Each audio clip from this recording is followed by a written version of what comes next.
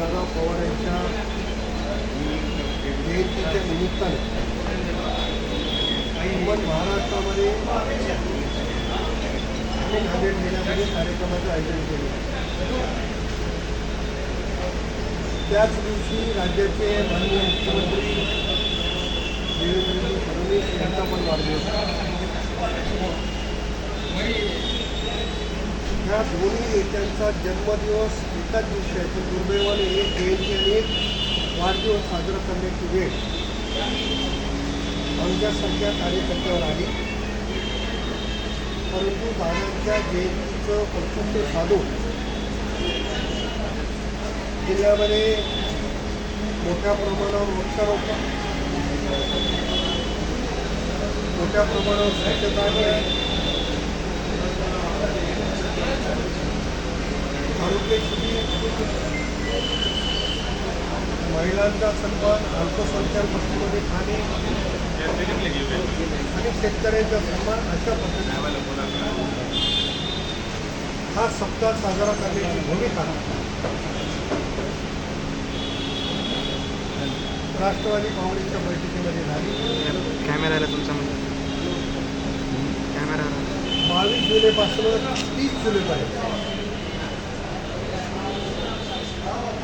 जिल्ह्याच्या विविध भागामध्ये अनेक कार्यक्रमाचं आयोजन करण्यात आलेलं आहे.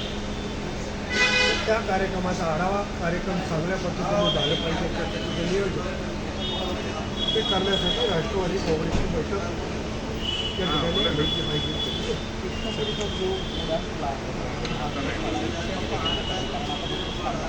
विषय असा आहे की ही बाब अतिशय गंभीर आहे. सुदैवानं दुर्दैवानं जीवितहानी झाली नाही, परंतु काम होऊन साधारणतः वर्ष दीड वर्ष झालं आणि त्या ठिकाणी वाहतूक पण एकच वर्ष. पण अशा पद्धतीनं जर तू घुसत असेल तर इतर कामाची देखील गुणवत्ता. या संदर्भामध्ये ही दुर्घटना घडली शेवटचे 2 दिवस आधी म्हटले, म्हणून मला सभागृहात बोलता आलं नाही. पण माझ्या भावना मी त्या ठिकाणी व्यक्त केल्या. माननीय मुख्यमंत्री महोदयांना या संदर्भात मी पत्र दिलेलं आहे. त्या कामाच्या क्वालिटीच्या संदर्भात उच्चस्तरीय समिती देखील नांदेडमध्ये येऊन गेल्याचं मी आपल्यामार्फत ऐकलेलं आहे. तर मला असं वाटतं की याची चौकशी झाली पाहिजे आणि दोषी काय प्रत्येकाच्या बाबतीत चर्चा वेगवेगळ्या येत आहेत. काल झालेल्या विधान परिषदेच्या निवडणुकीत त्याच्यात खरं तर प्रामुख्यानं नाव माझंच आहे. आणि आजपर्यंत मी सातत्यानं विरोधामध्ये भूमिका घेतलेली आहे. परंतु विधान परिषदेच्या निवडणुकीत राज्यांच्या नेतृत्वाने सांगितल्यामुळं महायुतीचे उमेदवार म्हणून अमर आझादांच्या पाठीशी राष्ट्रवादी काँग्रेस, शिवसेना आणि भारतीय जनता पक्ष खात्री होते. त्यामुळे जिल्ह्यातल्या सगळ्यांनाच असं वाटायला लागेल. काल विधान परिषदेच्या निवडणुकीला एकत्र राहिलो आणि आज आपण विरोध करतो की भूमिका होऊ नये अशा पद्धतीची चर्चा आहे. तो त्याच्यात मार्ग आणखी काही निघाला असं मला वाटत नाही. जेव्हा केव्हा चर्चेला बसू तेव्हा त्याचा मार्ग निघते. कोणाच्या संदर्भातली काय चर्चा आहे ज्याचं त्यांनीच खुलासा केलेला योग्य राहील. मी त्याचं बोलणं बघतो. विषय असा आहे की परभणी जिल्ह्यामध्ये अशा पद्धतीचे अर्ज मंजूर झाले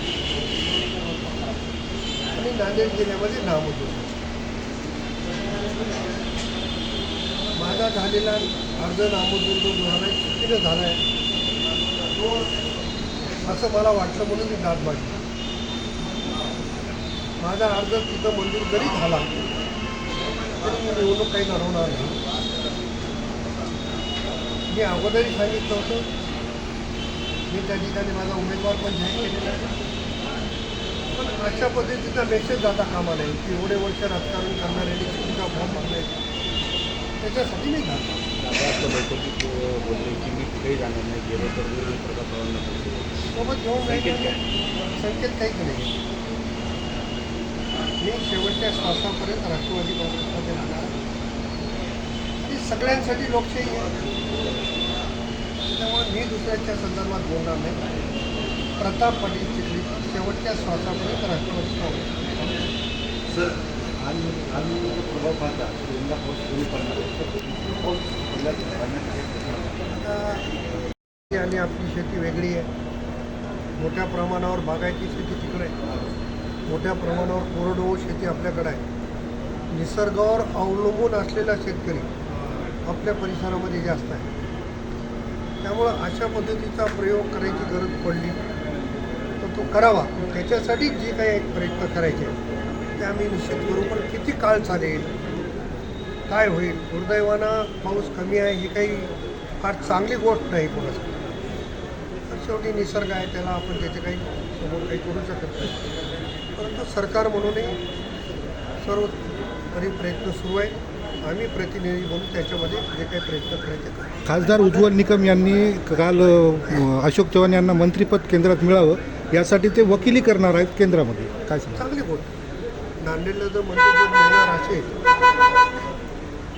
तर निकम साहेबाचं स्वागत आहे. त्याच्यामध्ये गैर त्यांच्या शब्दामुळं जर मंत्रिपद मिळणार असेल तर त्यांचं झाल्यावर मी पण त्यांच्याकडे जागा लागेल. काय वाईट. पाटील साहेबांनी जो आंदोलनाचा लढा उभा केलेला होता, त्या आंदोलनामध्ये ज्या मराठा योद्धांचं जीवदान केलं त्याच्यामध्ये लोंढे सांगवी, वाका आणि धनस या लोहा तालुक्यातल्या 3 गावचे मराठा योद्धा दुर्दैवानं मृत्यूमुखी पडले.